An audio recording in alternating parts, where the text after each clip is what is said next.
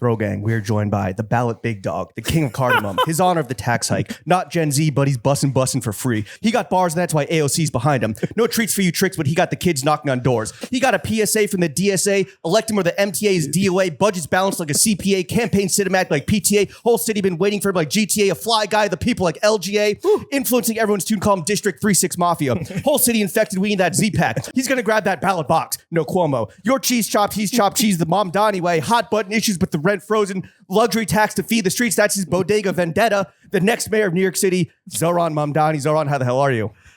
How's it going? I'm out of breath. How are you? They did not do that on Good Day New York. No, they typically don't, right? No, they did not. We're so happy to have you. We know you're a busy man and you have a limited time. Just quickly, what suit are you wearing today? Just a little fit check. I am wearing a suit from Suit Supply today. Okay. That's the go-to? Yeah. I have 4 or 5 suits. This is one that I got maybe a couple years ago. Serves me well. I wear Looks great. a little too much. It's honestly. the workhorse? It's the workhorse. The daily driver. Try and flip up a few of the ties to make it feel like it's Yeah. a different suit. And then, I used to wear this gray suit that I got at a fully illegal street fair on 30th Avenue. Yeah. From a woman who she was just selling 2 cashmere suits each for $100. And I was like, this is great. Yeah. No permit for that suit. I was like, I don't know why you have them. I don't know why there's no brands on them, but I will buy Worth this. it. Yeah. Cashmere, for sure. For sure. Yeah, for sure. Zohran, the first debate just wrapped up on Thursday. Did you have any bars in the chamber that you didn't get to use? Ooh, there were a few.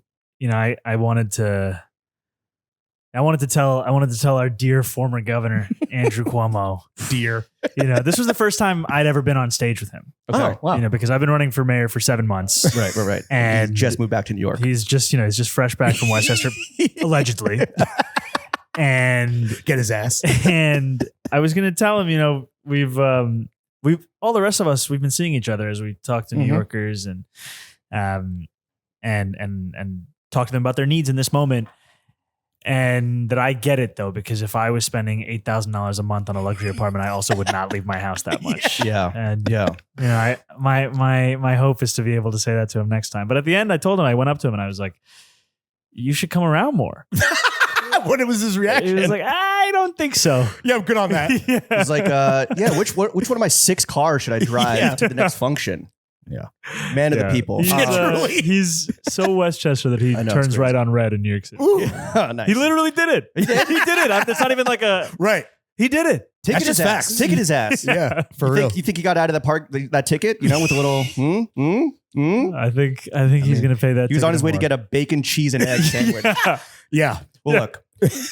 That's even more haram. Yeah. Than having a bacon, egg, and cheese. Do you think that he should be disqualified from running for mayor for for just exhibiting such bozo behavior? It is heavy bozo. That's rough. Heavy bozo. It's a bad look. Just across the board. He's... Yeah, I think the other thing is he's not used to having to answer any questions about anything. Right. So the problem with that is that when you have to, you are so unprepared. Yeah, that kind of happens speaking like a normal human being. Yeah, it kind of happens when Daddy was the governor. Yep. We're gonna get more into Nepo baby Cuomo, but let's talk first about just the city writ large. We can all admit that the cost of living in New York City is out of control. Yeah. What are just the most obvious things you want to address when you're in office so that you don't leave the crib and immediately lose $30? Cha-ching. Look, I think it's like you said, it's the most expensive city in the United States of America, right? 3rd most expensive city in the world, tied with Zurich. And you can see that in the statistics. 1 in 4 New Yorkers are living in poverty. And if that's not you, you still happen to be living in a permanent state of anxiety about whether or not you're going to have enough money. And the key thing is that we have to move beyond this understanding of politics where politicians are spectators to a cost of living crisis. Politicians are not spectators. They are participants. And this mayor that we have right now has been putting his thumb on the scale against working class New Yorkers, exacerbating that crisis. And, a lot of people aren't as familiar, but, in a city of 8.5 million people, close to 2.5 million live in rent stabilized housing. Whether or not their rent increases and by how much is determined by the mayor of New York through something called the Rent Guidelines Board. Yeah. So Eric Adams has raised it 9%. He wants to raise it up to 8% more. Andrew Cuomo is running to raise it again. I'm running to freeze the rent. So one of the most clear and direct things that I would do as the next mayor of New York City is freeze the rent for close to 2.5 million New Yorkers. That would return close to $7 billion back into the pockets of working and middle class New Yorkers, and then back into the local economy that they actually participate in. The other two things that are kind of front of mind is childcare. After housing, the number one reason people are leaving New York City is childcare. Mm-hmm. And it makes sense because it costs $25,000 a year to get childcare for one child. At least. I mean, it's more money than it would cost to send your kid to CUNY 18 years later. Right. And we know that we can deliver this kind of thing because the city already delivers universal pre-K. We want to extend that to children as young as 6 weeks. The final thing is making buses free. Mm-hmm. To get on the bus, it costs $2.90. That's out of reach for 1 in 5 New Yorkers. Wow. That's the state that we're in right now in this city. And when we make buses free, we make them faster, we make them safer, we make them more accessible. And that's something that I would do as the next mayor of the city. When you take the bus now, do you pay or do you fare evade and protest? I pay. Okay. All right, good. And is the childcare because you and your wife are planning on starting a little family? At some point. Little personal? At some point. Okay. There was All a rumor. politics are personal. Yeah.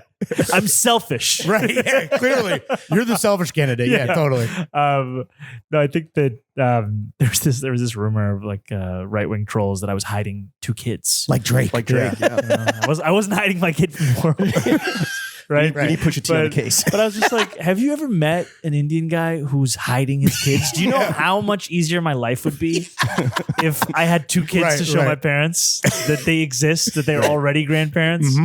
Yeah. Sadly, there are no kids being hidden. Try again, trolls, or don't. Yes. Yeah. Well, look, in addition to freezing the rent, you also plan on taxing millionaires to fund the free public transit and free universal childcare. That's a great plan and all, but throwing Fitz minds, we put our brains together and we have an idea. Why don't you hit these motherfuckers with just a 1% tax on matcha and martinis? Ooh. In 6 months, we'd have the MTA looking like Tokyo.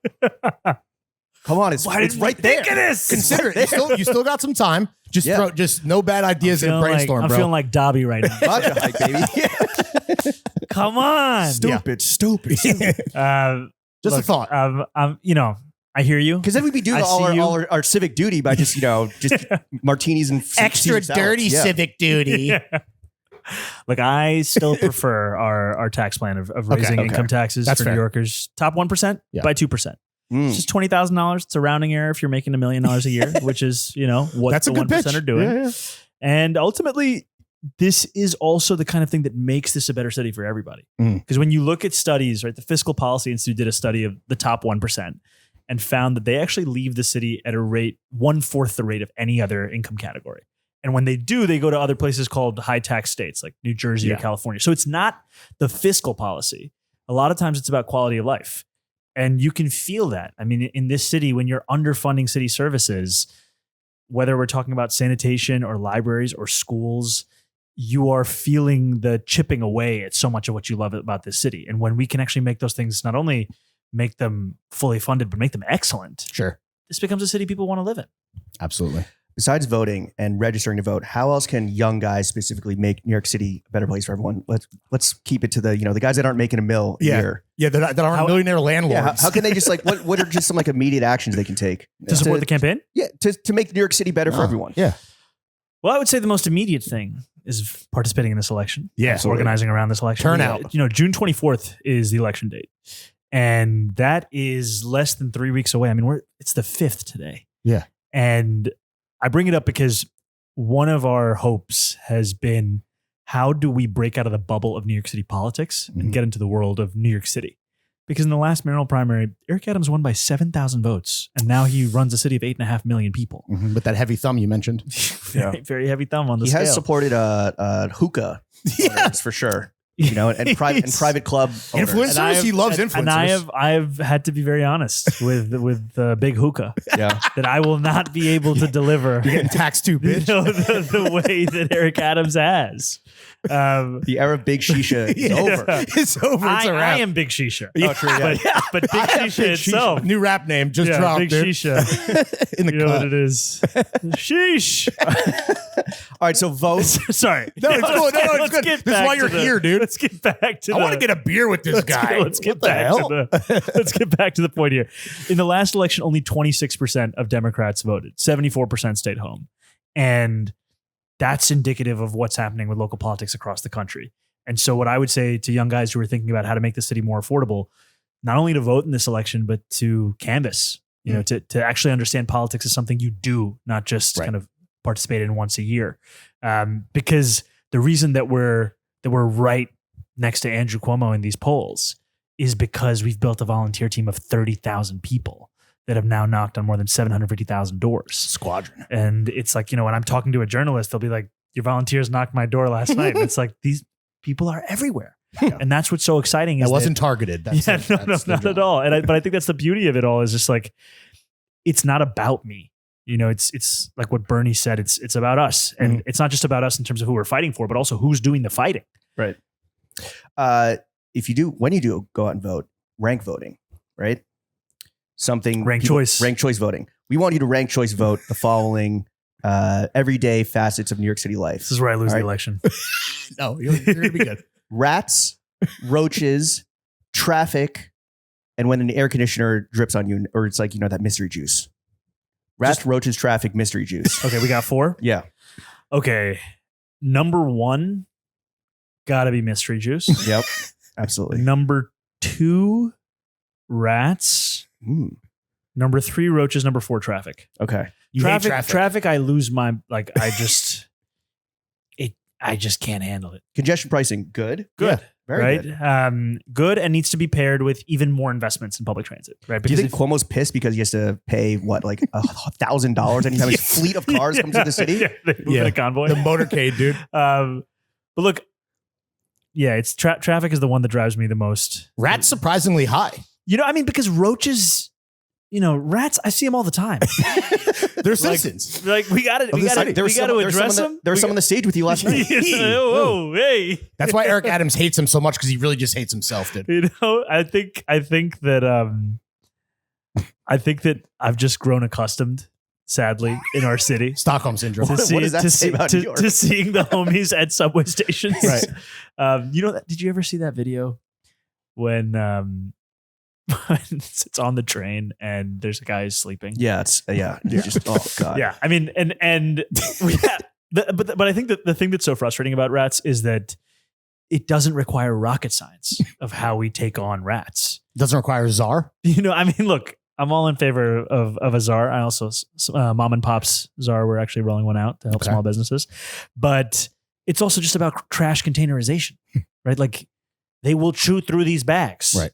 So let's have them in a bin. Contain the juice and you stop the rats. Yeah, it's not that catchy. Yeah. Come up with a better slogan. Yeah.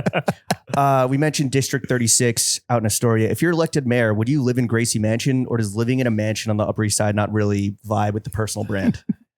This is an interesting question. I'm not sure. Do you think you'd like it uptown? I've been to Gracie Mansion a couple times. Okay. I've been there. One time was to convince Eric Adams to support free buses, and we got him over the line. Yeah. But it's a fascinating place. I have no idea. You see like 2 or 3 rooms. Right. What was the vibe of those 2 or 3 rooms like? It feels kind of like a museum. Okay. It's hard to imagine someone living there. Right. That's why Eric Adams doesn't, right? Yeah. That's why New Jersey is so appealing. But so you don't think so it's up in the air. Whether you want to stay in open-ended. Who knows? Queens or whatever. Who knows? All right. Hit him with the inshallah. Is that yes? Is that no? Is that maybe? I want to ask you, who do you think is more goated? You at social media, Andrew Cuomo at bowing down to the corporate overlords, or Eric Adams taking selfies with the MAGA-coded influencers at Zero Bond? Gotta be Andrew Cuomo. Yeah. There's nobody doing it better than him. I mean, think about it. 16 billionaires have donated to his super PAC, right? How many in New York?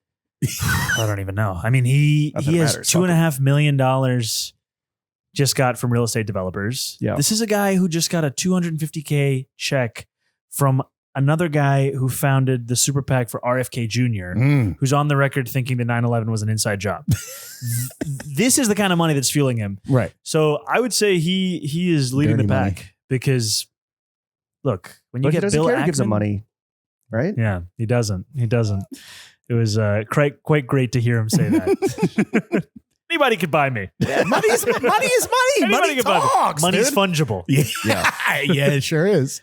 Do you think that your first and foremost, your primary opponent, Andrew Cuomo, has adequately addressed the rumors and allegations that plagued his governorship. I'm, of course, talking about whether or not he has pierced nipples. He has not addressed that. But think he's that's in keeping with not addressing Right.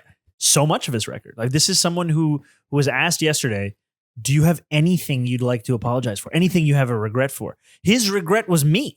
Yeah. I'm like, Habibi, I have nothing to do with you.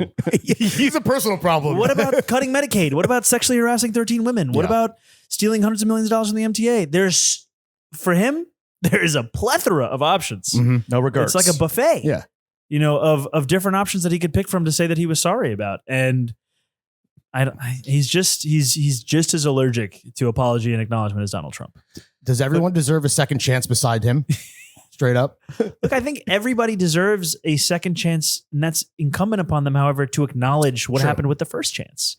You have to actually reckon with that. And I think that there are a lot of New Yorkers who actually want to support him, but can't get past the fact that he won't even address this. I mean, I've met families of nursing home victims who told me that the number one thing they want is just an apology, because it's hard for people to move on when they have to deal with being told that what they're still grieving didn't actually happen the way they know it did. Being gaslit. Yeah. And it just drives somebody, it drives somebody to lose faith in politics, understandably. So do you think he's a nipple ring guy or barbell guy?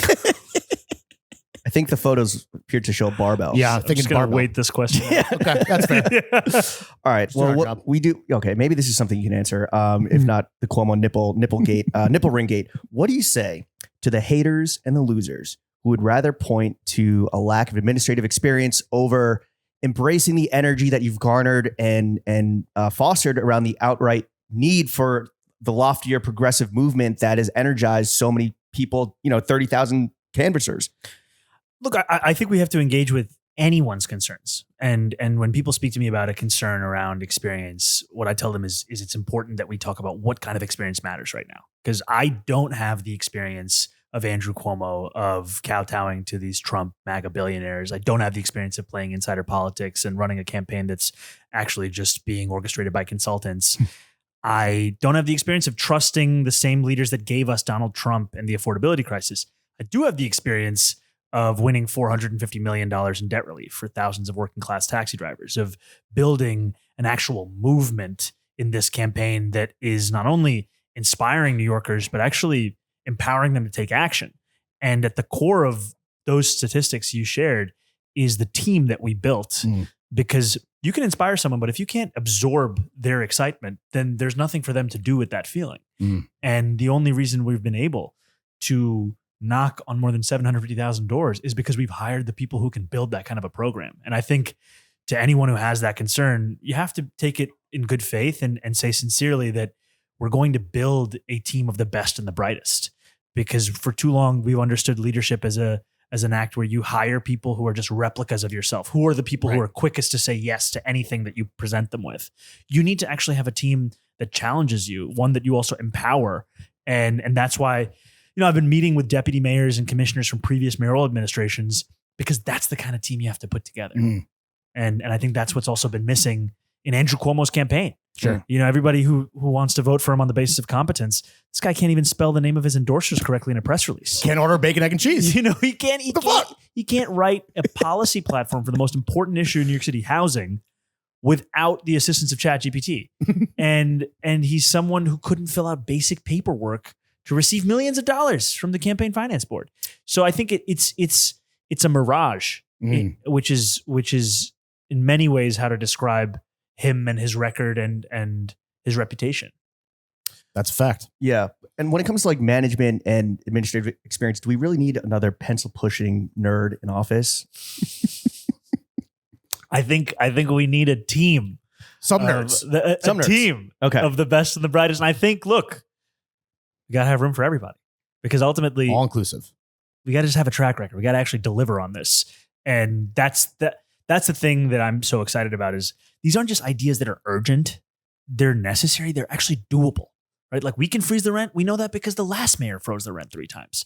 We can make buses fast and free because I won a bus pilot where we saw the exact benefits. We can deliver universal childcare because We saw universal pre-K in the previous administration. Like these are all built on existing precedent, but so often anything for working and middle class people is treated as if it is a bridge too far. Radical. Exactly. But when you want to give Elon Musk $1 billion in tax breaks, it's feasible. It's rational. It's actually the least we could do. Yeah. And I think that's the double standard that drives so many people nuts. Absolutely. My man's got a ketamine habit. He's got to keep going, you know? From where you're sitting, do you think that the progressive branch of the Democratic Party is becoming more Big Tent and like coalescing around, what maybe earlier were thought of as like radical ideals, but people are realizing are not just within reach, but have to be within reach because they're necessary for us to keep going? I think that it's possible. I think that this election is in some ways a referendum on that. We have a style of politics where you want to throw people away at the slightest disagreement. Right. And we've also seen in our state, of all states, the largest swing towards Trump of any in the country, 11.5 points in the last general election. And that swing took place far from the caricatures we've been told of Trump voters. It was actually in the hearts of immigrant New York City. And I went to Fordham Road in the Bronx. I went to Hillside Avenue in Queens. I asked New Yorkers, who did you vote for and why? Almost all of them were Democrats. Many of them didn't vote. And if they did, they voted for Trump.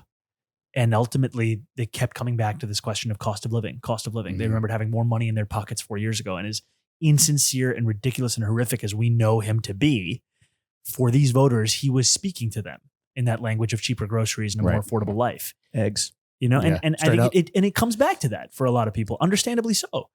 And I asked them, what would it take to bring you back? And they said a relentless focus on an economic agenda. I said, what would you say to a candidate running on freezing the rent, making buses fast and free, delivering universal childcare? They said I'd vote for him, and I'd introduce myself. And I think part of how's it going? By the way, I'm right here. I'm relentless. Yeah, I'm relentless. I'm economic. No. It's important to say the first. I'll pick shisha. Sheesh. How are you? Yeah. I haven't seen you in mixtape. so long. But I think it's kind of going back to Mayor Koch, who said, if you agree with me on 9 out of 12 issues, vote for me. 12 out of 12, see a psychiatrist. and I think that speaks to what this city is. We can't demand purity from each and every person. We just have to ask that you share the same goal of making the city affordable. And that's what allows you to build a coalition that includes so many New Yorkers who felt left behind, whether or not they call themselves progressives. I mean, just the other day, there's a guy who's now become a little bit well known. His name is Yahya Obeid. He's a Yemeni guy in the Bronx who memorably voted for Donald Trump and AOC. And he just announced that he's voting for me. Look at that. And what I an think endorsement. and I think it's just an example of you can bring people back. The first thing you have to do is open the door for them. And part of that is making sure that you are listening much more than you're lecturing. Because too often there's been this finger wagging approach to telling people how they should vote, how they should think, what they should do. That is not actually convincing for anyone. Right.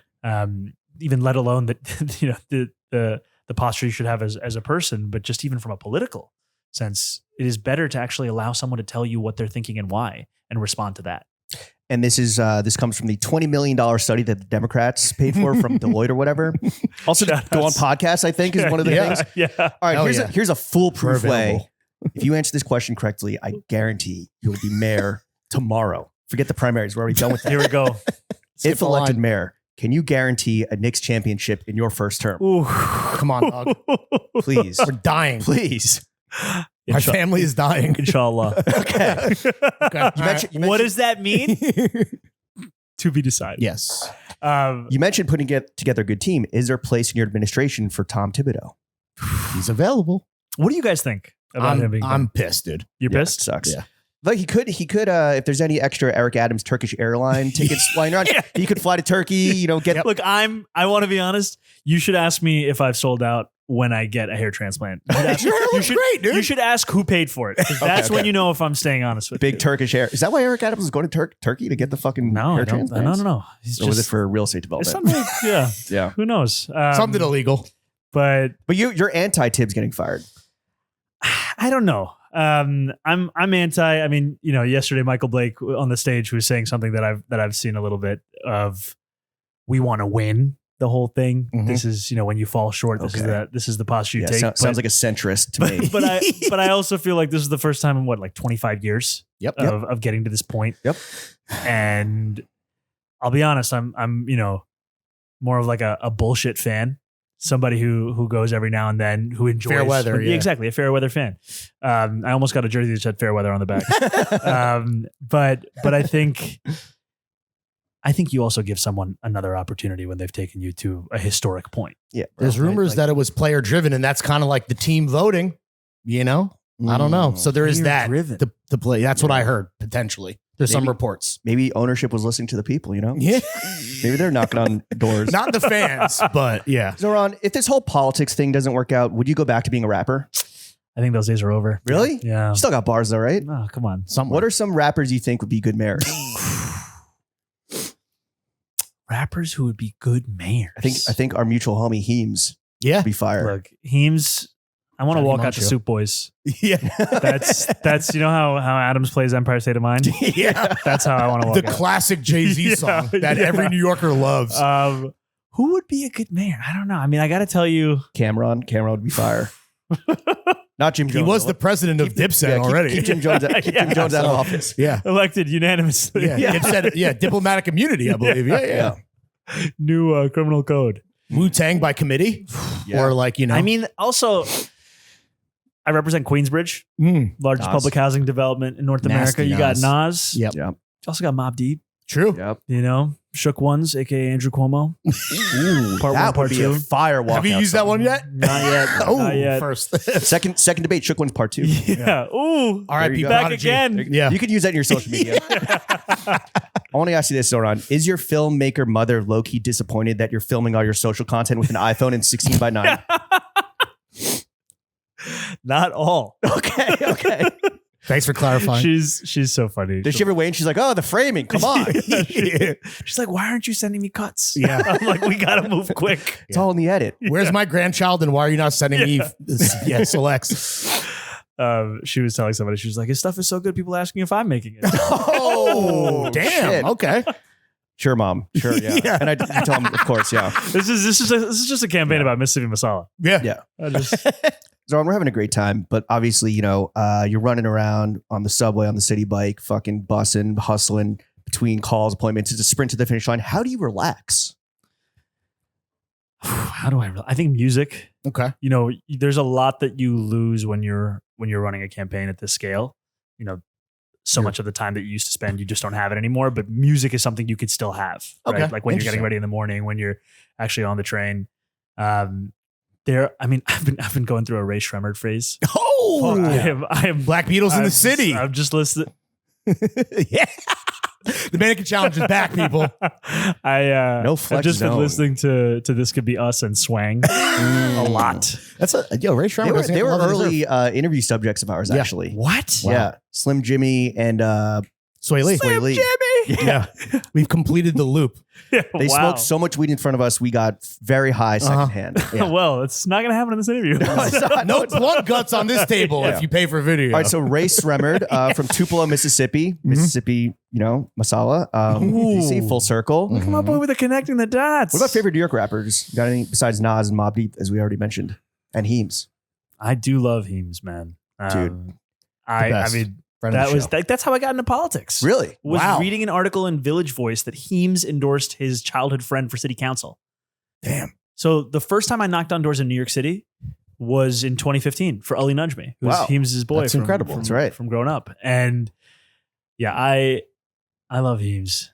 He came on the show and he said that the love and support he got was so inspiring, it moved him to go back to making music. So hopefully, it's a toss up, but maybe he'll be elected mayor after Yeah. this. his Totally. He has a few tracks on this last album with Lapgan, I think it is, which are just incredible. So music. Music. Do you have any guilty pleasure trashy TV that you love to indulge in? Oh my God. I mean, we were watching, my wife and I were watching Temptation Island. Ooh. Season 5. We would watch 20-minute increments. Have you ever watched this show? Is that the one with the robot? That's Where the you're not one allowed to- you're with not the allowed to fuck? light Yeah. that goes off when your partner has cheated on you in Yeah. the other Oh. house. I'm familiar with the concept. But the wild thing that I didn't expect is how thoughtful the host is. He's actually like a fairly good therapist. Yeah. And his name is Mark Wahlberg. But he's not that Mark Wahlberg. And I'm just like, imagine how tough it is being. I mean, it's a very specific name. The fact that he got this far is honestly incredible. I wonder if they hired being like, They thought, what the fuck is this guy? Imagine, but then you could be like, hosted by. We need this kind of brain. Imagine everyone thinking you just blinded a Vietnamese delivery guy in your 20s. That's crazy, bro. Yo. All right, those are the facts. We're watching Temptation Island. Who are your GOAT New Yorkers? Just like off the top of your head, just list some GOATs. Mount Rushmore. LGA. Yep. I mean, spoke many different languages. He is an inspiration. A fly guy. Get it? Come on. And his nickname is also Little Flower.